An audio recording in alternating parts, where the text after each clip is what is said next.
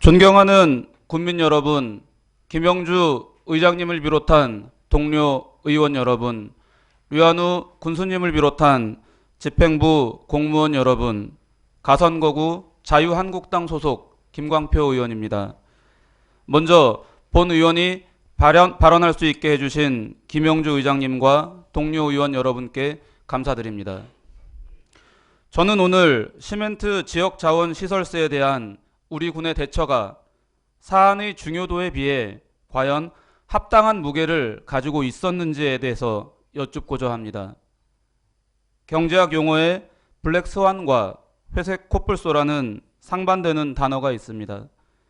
블랙스완이 전혀 예기치 못한 사고를 일컫는다면 회색 코뿔소는 덩치도 크고 달릴 때 쿵쿵거리는 소리가 나기 때문에 만약 우리에게 달려든다면 충분히 예측할 수 있음에도 불구하고 능동적으로 대비하지 않고 바라만 보고 있다가 발생하는 사고를 회색 코뿔소라 일컫는다 합니다.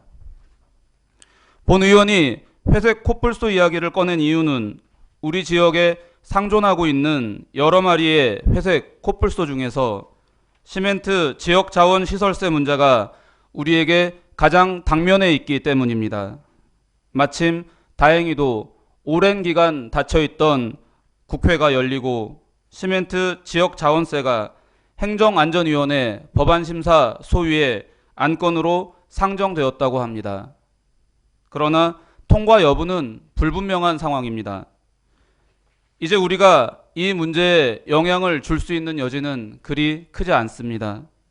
본 의원은 이 법안의 통과 여부보다는 이 법안의 통과를 위해서 우리가 얼마나 노력했는지 저 자신부터 되돌아보고 깊이 반성해야 한다고 생각합니다.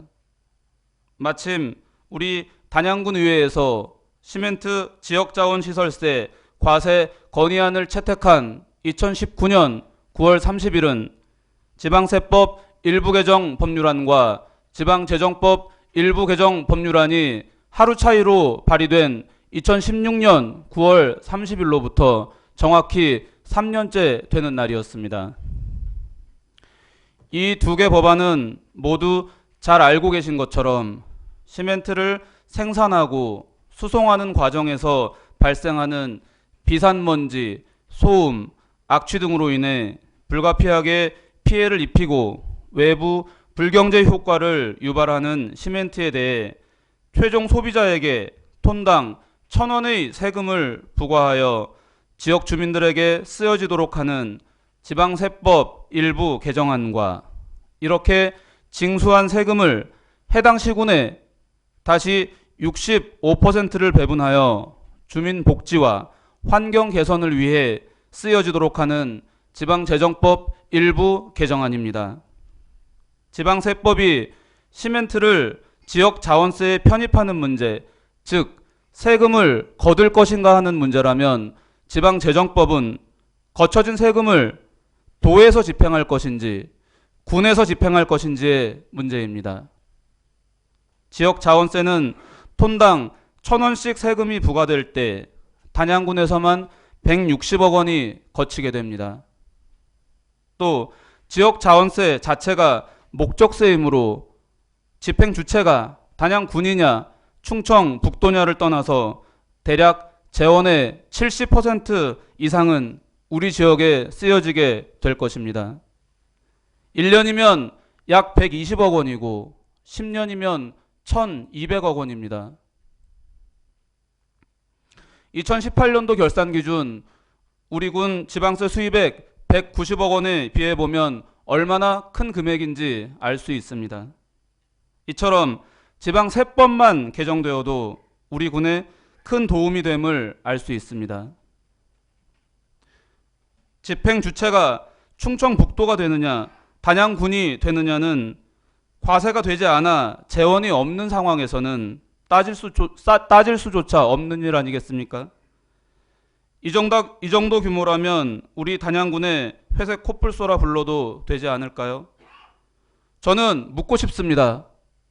지난 3년간 과연 우리 단양군은 목전까지 당도한 회색 코뿔소를 잡기 위해서 얼마나 노력했습니까? 노력이 없었던 것은 아닙니다.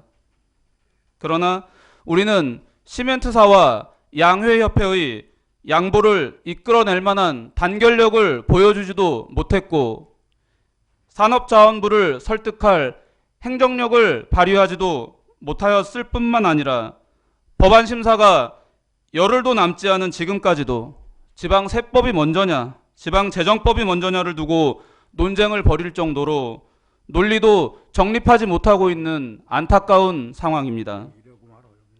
서두에 말씀드린 것처럼 본 의원부터 제 역할을 했는지 통절히 반성하며 이 자리에 섰습니다. 국회 법사위에서 직권 상정 처리하겠다는 말만 믿고 관망하기만 했던 제 자신이 너무나 부끄럽습니다. 존경하는 류한우 군수님, 김영주 의장님을 비롯한 동료 의원 여러분, 그리고 이 자리에 계신 각 실과 소장님들께서는 단양군의 발전과 군민의 안녕을 위하여 무거운 소임을 맡고 계신 선출직 공무원이시며 수십 년간 단양군의 업무 수행을 통해 사무관 이상의 중임을 수행하고 계신 행정 책임자분들이십니다.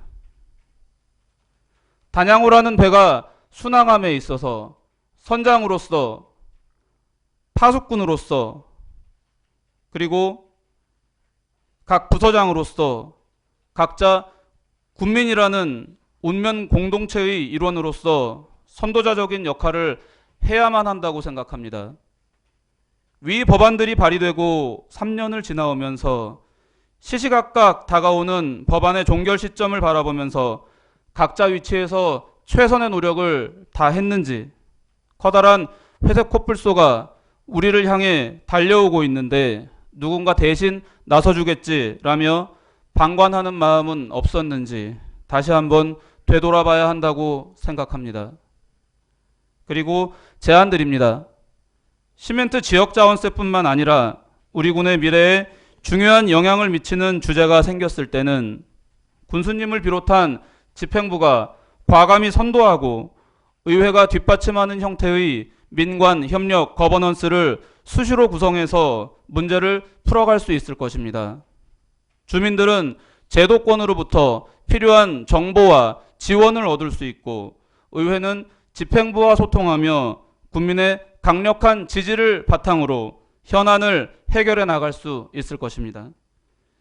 20대 국회에서 시멘트 지역자원세 문제가 해결된다면 좋겠지만 그렇지 않다고 하더라도 우리는 지역자원세 문제를 반드시 풀어야만 합니다. 지역자원세 문제는 단순히 재원만의 문제가 아니라 환경 문제와 연결되어 있기 때문입니다. 우리 국민 모두가 다 알고 계시다시피 시멘트 회사는 산업자원부와 환경부의 묵인 아래 합법적으로 쓰레기를 소각하고 있습니다.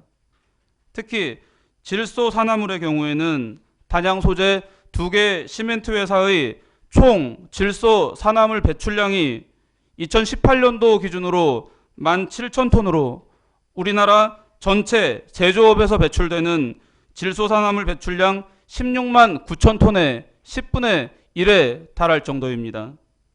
지난 11월 5일 대기가 정체되었을 때 유독 우리 단양군의 미세먼지 수준이 인근 제천이나 충주보다 10배가량 높았다는 것은 시사하는 바가 크다고 할 수 있겠습니다.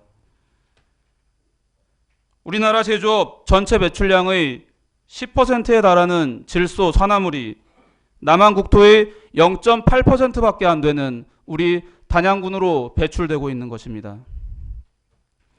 이와 같은 상황에서 시멘트 지역자원세는 법률로서 지역 주민의 피해를 인정해 주는데 그 의미가 있다고 할 것입니다. 법적으로 이 문제를 제도화하는 것은 환경 문제에 접근하는 시작점이 될 것입니다. 시멘트 회사들도 더 이상 판매가 상승이라는 핑계로 법 제정을 막아서는 안 될 것입니다. 시멘트 지역 자원세는 시멘트 회사가 부담하는 것이 아니라 소비자가 부담하는 것이고 이렇게 확보된 재원은 시멘트 회사의 오염 저감 장치 설치에도 쓰여지게 될 것이기 때문입니다. 법 제정은 시멘트 회사의 부담이 아니라 오히려 부담을 줄여주는 절차일 것입니다. 주민들은 회사에 대한 질타와 사회적 갈등을 줄일 수 있는 기초가 될 것입니다. 끝으로 존경하고 사랑하는 국민 여러분께도 한 말씀 드리겠습니다. 우리 단양 군민께서는 수중보 문제 등 지역에 중요한 현안이 있을 때마다 강한 결집력으로 중앙정부를 설득하는 데 큰 힘이 되어주셨습니다. 이 문제에도 관심과 동참으로 현명한 대처를 해 주실 것을 부탁드리겠습니다. 지금 양회협회는 그리고 국회에서는 이 문제에 관계된 지역의 동향을 예의주시하고 있을 것입니다. 당연히 받아야 하는 최소한의 권리를 지킬 수 있는 우리 단양이 되기를 간절히 소망하면서 또 이제 곧 열리는 법안 심사에서 시멘트 지역자원세 신설이 꼭 이루어져서 우리 국민들이 받는 고통이 법적으로 인정받을 수 있기를 간절히 소망하며 오늘 발언을 마치도록 하겠습니다. 지금까지 김광표 의원이었습니다. 경청해 주셔서 감사합니다.